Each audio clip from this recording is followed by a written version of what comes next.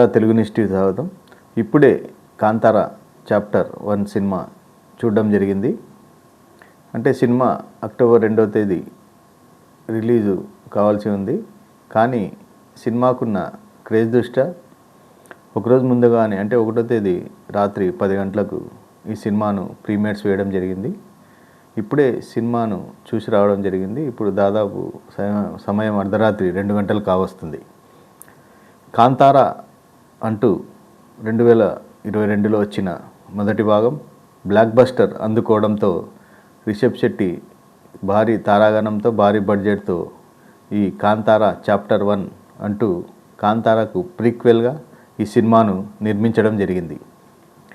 ఈ సినిమా మొదటి భాగం విజయంతో ఈ రెండవ భాగంపై జనాల్లో విపరీతమైన అంచనాలు ఉన్నాయి ఈ సినిమా మీద.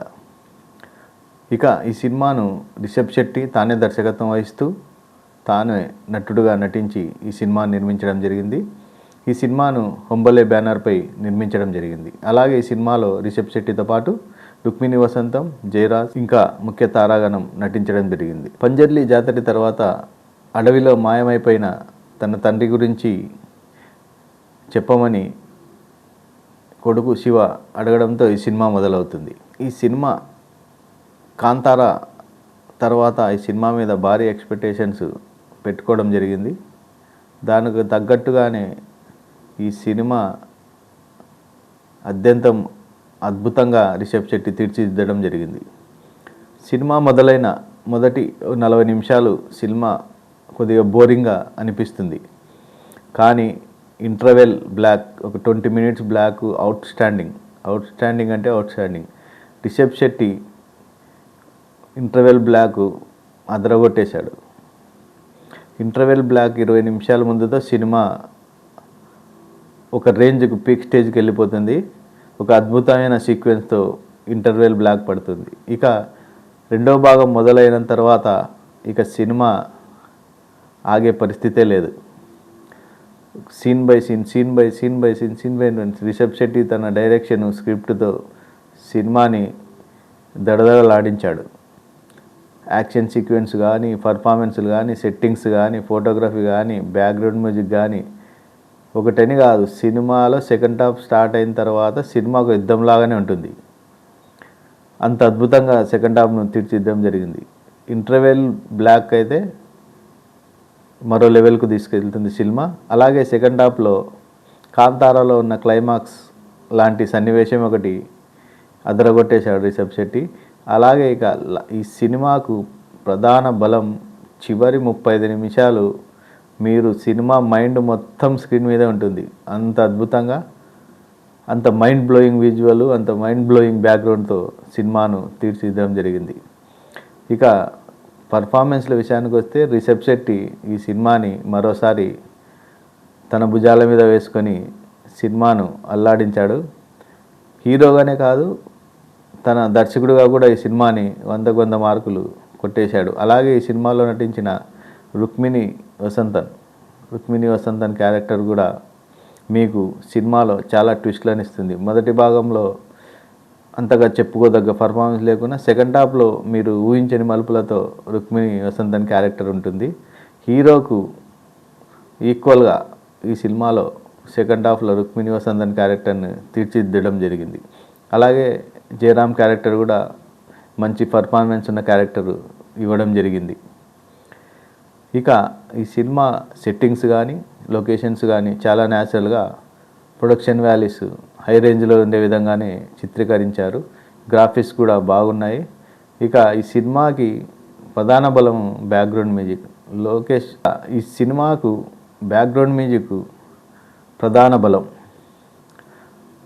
ఈ చిత్రానికి అంజనీష్ లోక్నాథ్ సంగీతాన్ని అందించాడు. ఇక ఈ సినిమాని ఇంకో రేంజ్కు తన సంగీతంతో, బ్యాక్గ్రౌండ్ మ్యూజిక్ బీజిఎంతో తీసుకెళ్ళాడు. ఇక మన క్లైమాక్స్ పార్ట్ 35 మినిట్స్ అయితే మనకు క్లైమాక్స్ ఇలా ఉంటుందని మనం ఊహించలేం. క్లైమాక్స్లోనే అనేక ట్విస్టులతో ఈ సినిమాను తీర్చిదిద్దడం జరిగింది. ఇక ఈ సినిమా రేంజ్ అనేది మనం అంతుబట్టలేని విధంగా ఉంది. ఎందుకంటే అంత అద్భుతంగా ఉంది సినిమా. ఈ మధ్య కాలంలో ఇంత అద్భుతమైన టాక్తో సినిమా అనేది రావడం చాలా తక్కువ. ఎవరిని అడిగినా కూడా అవుట్ స్టాండింగ్ అంటున్నారు. పబ్లిక్లో కూడా పబ్లిక్ టాక్ రివ్యూ తీసుకుంటే ఎవరిని అడిగి కూడా సినిమా అదిరిపోయింది అని అనుకుంటారు. ఇలాంటి టాక్ రావడం ఈ మధ్యకాలంలో చాలా అరుదు. ఇక ఈ సినిమా రేంజ్ 1000 కోట్ల లేక అంతకు మించా అనేది మనము ఈ సినిమాని ఈ వీకెండ్ సోమవారం డిసైడ్ చేస్తుంది. ఈ నాకు తెలిసి స్క్రీన్ మీద మీరు ఒక దసరా పండగ చూసిన విధంగానే ఉంది సినిమా. ఇక ఈ సండే వరకు ఈ సినిమాకు టికెట్లు దొరకడం నాకు తెలిసి కష్టమే. సినిమా అంత అద్భుతంగా ఉంది. ఈ 2-3 రోజులలో ఈ సినిమా ఏ రేంజ్ ఏందనేది మనం చెప్పలేము. అసలు ఇది ఏ రేంజ్కి వెళ్తుంది సినిమా అనేది మనం అంచనా వేయలేము. ఇక ఈ సినిమాలో ఏదైనా లోటుపాట్లు ఉన్నాయంటే కాంతారాలో ఉన్న అంత గ్రిప్పింగ్గా కథ ఈ కాంతారా చాప్టర్ 1లో మనం లేదని చెప్పాలి. దాన్ని వదిలేస్తే ఇక సినిమా మొత్తం 2 గంటల 45-50 నిమిషాల సినిమా మొత్తం నిడివి. దాంట్లో దాదాపు మీకు ఒక 1 అవర్ సినిమా అవుట్ స్టాండింగ్ అంటే అవుట్ స్టాండింగ్గా ఉంది సినిమా. అతను తీసిన సన్నివేశాల బిట్లు పక్కన పెడితే ఒక గంట సినిమా మీకు అవుట్ స్టాండింగ్ ఉంది. ఇంకా ఒక సినిమా గంట అవుట్ స్టాండింగ్ అంటే ఆ సినిమా రేంజ్ ఏందో మనం అంతుపట్టలేని విధంగా ఉంది. అంత అద్భుతంగా తీశాడు సినిమాని. సినిమాలో మ్యూజిక్, డెవోషను మనం ఆ సినిమాకు అలా స్క్రీన్ని అతుక్కపోతాం. అంత అద్భుతంగా సినిమాను రిషబ్ శెట్టి తీర్చిదిద్దడం జరిగింది.